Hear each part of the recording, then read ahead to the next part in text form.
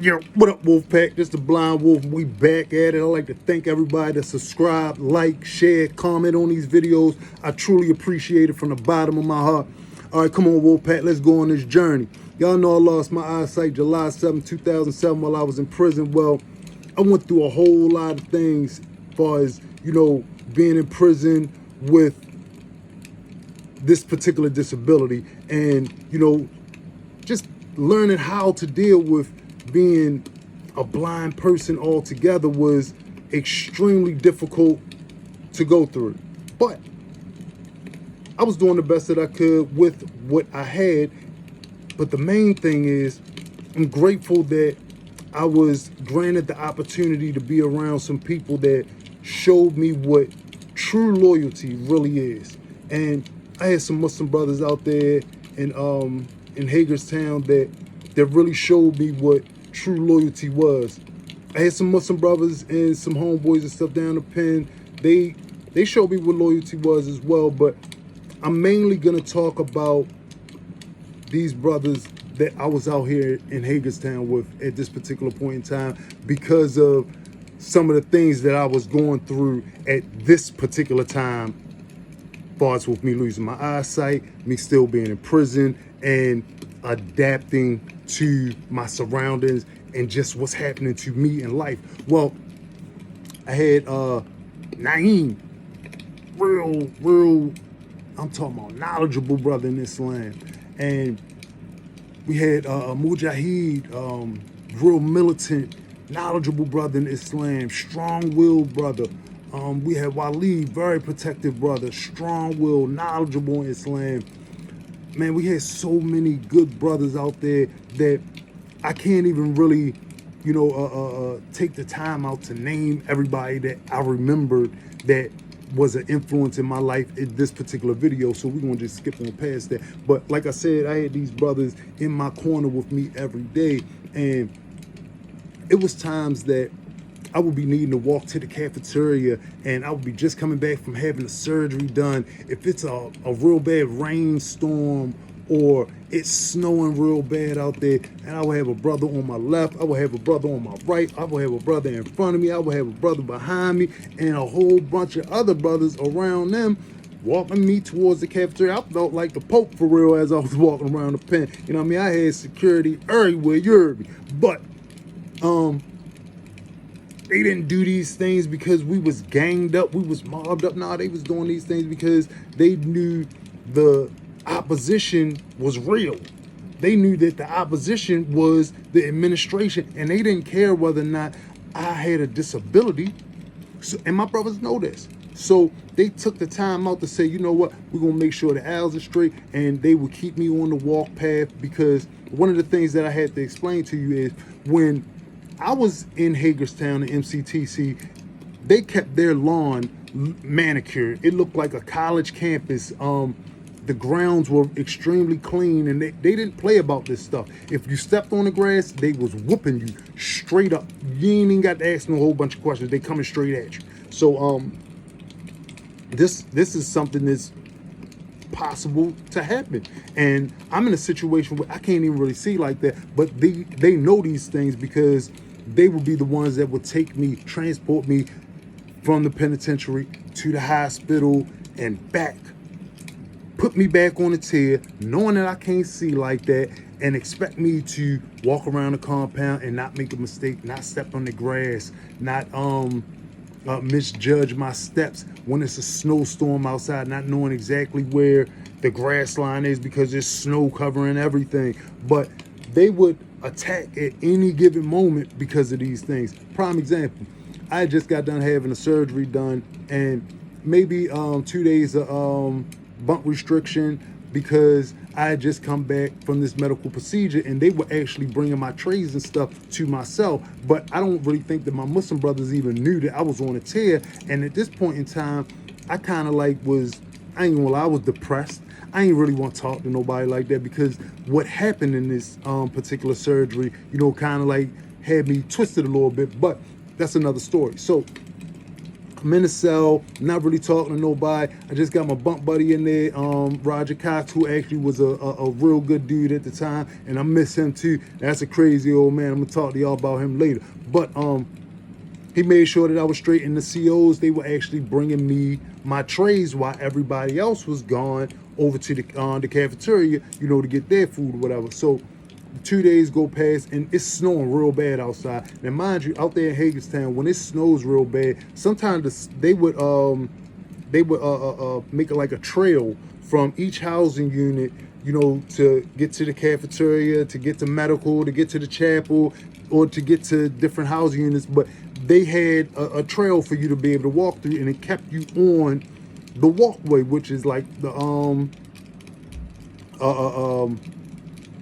which is like the boulevard. So, make a long story short, I actually come out the cell, and when I came out the cell, I came out a little after everybody else. I slid my jacket on because I didn't know whether or not I was actually going to go over to the cafeteria that morning. But I said, you know what, I'm going to go ahead and slide on over there. So before the doors shut, now they give you a limited amount of time before those doors shut. So you better be, either outside the door or be ready to run outside the door. So I was already ready. All I had to do was grab my jacket, and that's what I did. So I slid on out the door and I started walking. But at this point in time, it's nothing but like stragglers and stuff walking around in the back, older dudes, people that don't really care about nothing. And I'm walking by myself. But I'm like I said, I'm just coming back from having this surgery done on my eye. So I got a big old patch over my left eye. Everything is real blurry and it's extremely bright white out there, and they do have lights all over the compound. So when these lights hit the snow, it illuminates and it makes everything that much more brighter. So I'm getting blinded. I make a mistake and step in the snow. Man, it seems like they busting from out the snow. I'm talking about it's snow flying everywhere, and it's COs coming from all directions towards me. But when I was walking, going towards the cafeteria, you don't see any of these COs. So in my mind, they hide in the snow. So there was another officer. He actually seen me when I came from out the housing unit, and I didn't get that far when this happened. I was only a few steps from outside of the housing unit when this actually happened. He seen them as they started to bum rush me, and he come running up out there. He let him know, he like, get up off him, get up off him. He just got done having surgery on his eye. He really shouldn't even be walking the compound anyway. He probably can't see what's going on out here. So by this time, they got me flipped upside down. I'm stretched out all on the on the ground in this wet snow. So they finally get me back up, and when they get me up and they start to tell me to go back to my housing unit, they'll bring me, a tray over to eat. I'm holding my head. I'm like, man, my head hurting so bad, and it did. I ain't even gonna lie. Like, my head was throbbing. Felt like somebody was taking a hammer with some nails and just banging it in my forehead towards my eye. Like, I'm telling you, like, it was excruciating pain. So they get me inside the housing unit. I go inside my cell, and they bringing me my trays, whatever. But the first set of trays they brought that morning, they brought me like 3 trays, trying to be nice or whatever. I guess that's their apology for attacking somebody that y'all know, or at least y'all should have looked at my file to know that I just got done having surgery done on my eyes, and you should know who you dealing with when you're going at them. And at this point in time, I'm just grateful to be back up in the cell, and I ain't even really want the food. I just sat there. I took my little medicine. I ordered me some Tylenol stuff from off the commissary, so I took that to try to like calm myself down. So I finally gets all that up out the way. But yeah, that's just to go to show you, like, this is how they'll come at you. But man, when I tell you these brothers that was on this tear was awesome. Like, I had a brother named Abu Bakr. Abu Bakr, he seen that my bunk buddy was actually wearing my stuff when I was gone to have a surgery one time. And Abu Bakr see him in the gym with my shades on, and as he see him with the shades on, he walk over to me like, yo, what you doing with Abdul Alim's stuff on? So he tell him, oh, I said that he could wear it when he come out if he felt like it, which Abu Bakr knows me. He knows that I'm not comfortable with letting people put stuff on their face that came off of my face because of what's going on with my eyes. Abu Bakr didn't ask me, could he wear my shades before, and I told him no, and the reason why. So he didn't believe what he was saying. He waited till they got back over to the housing unit. When they got back over to the housing unit, I told you that the COs, they had automatic doors, so they would pop the cells from the CO bubble. And when they would pop the cells, all the cells open at one time, and they give you a certain amount of time to go in your cell or whatever you want to do. So, and I don't know whether or not this was a cell break. They was opening it so people could grab stuff and go try to hop in the shower real quick. I don't know what they was doing it for. All I know is Abu Bakr said they popped the cells open. When they popped the cells open, he slid right on up in with them, put mitts all on him. When I came back from having this particular surgery done, Shorty was gone. All of my stuff was kind of like a little bit all over the place in the cell, which made me think like somebody was going through my stuff anyway. But I do get back to the cell. Shorty had all his stuff packed on up, and he had checked on that. But he was supposedly connected with some dudes on the tier, and you know, he gang related. He ain't going nowhere. But Abu Bakr put the mitts on him, and yeah, Shorty slid on up out of there for, you know, touching my stuff. But this just goes to show you the type of loyalty that I was receiving from these brothers when I can't even get a family member on the street to, you know, show up to the door, you know, just on some, what do you need?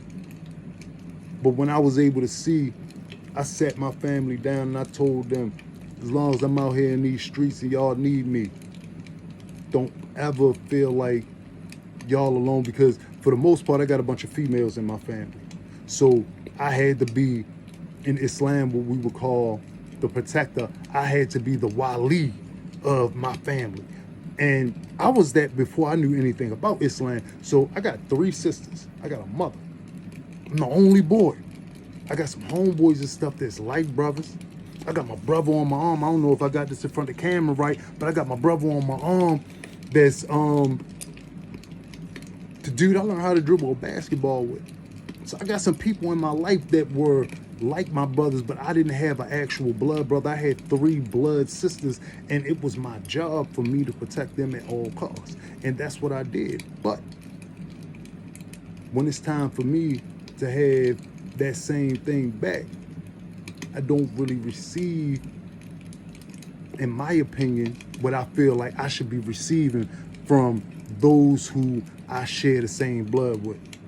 But it's cool. It's cool because I'm a grown man now, and I'm not laying my burdens on somebody else's doorstep, because I don't want you to take care of me. I don't want you to, you know, stop living your life because of my situation. My situation is my situation. But it's just good to know that you can actually have somebody to be there in your corner without you even asking, because they truly got love in their heart, honor on their side. And if they say they love and care about you, they don't just say it, they show it. Love is an action word. Love is something that you shouldn't just be running around telling people, because it's something that you just do. If you do it, they're going to know you love them.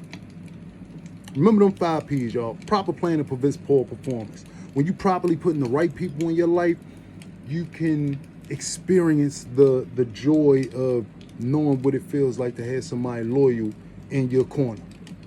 And it ain't nothing like it. So I just like to take this time out to show great gratitude for the opportunity to have these brothers in my life, to have these brothers be in my corner and show me what true brotherly love was. Had somebody reading for me when I couldn't read.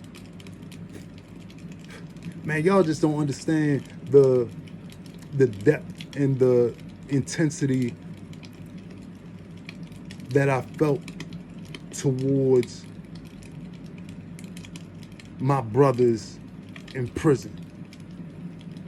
My loyalty to them and their loyalty to me was unquestionable, undeniable. We went to war with each other. We helped each other eat. We didn't let each other starve. And it wasn't no store-bought thing. It wasn't nothing like that. Nah. It's my brother. If it's enough for one, it's enough for 2. That's Islam. That's Islam. That's showing true brotherly love. And that's something that I learned from these brothers. Remember, y'all getting this stuff from the Blind Wolf. Blind Wolf wants you to show brotherly love to the ones that you say that you love. Don't just say it, do it. Be a part of their life.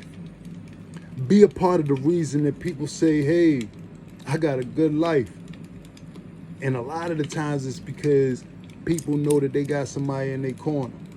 The philosopher Epictetus said, he is a wise man who does not grieve for the things which he has not, but rejoices for those which he has.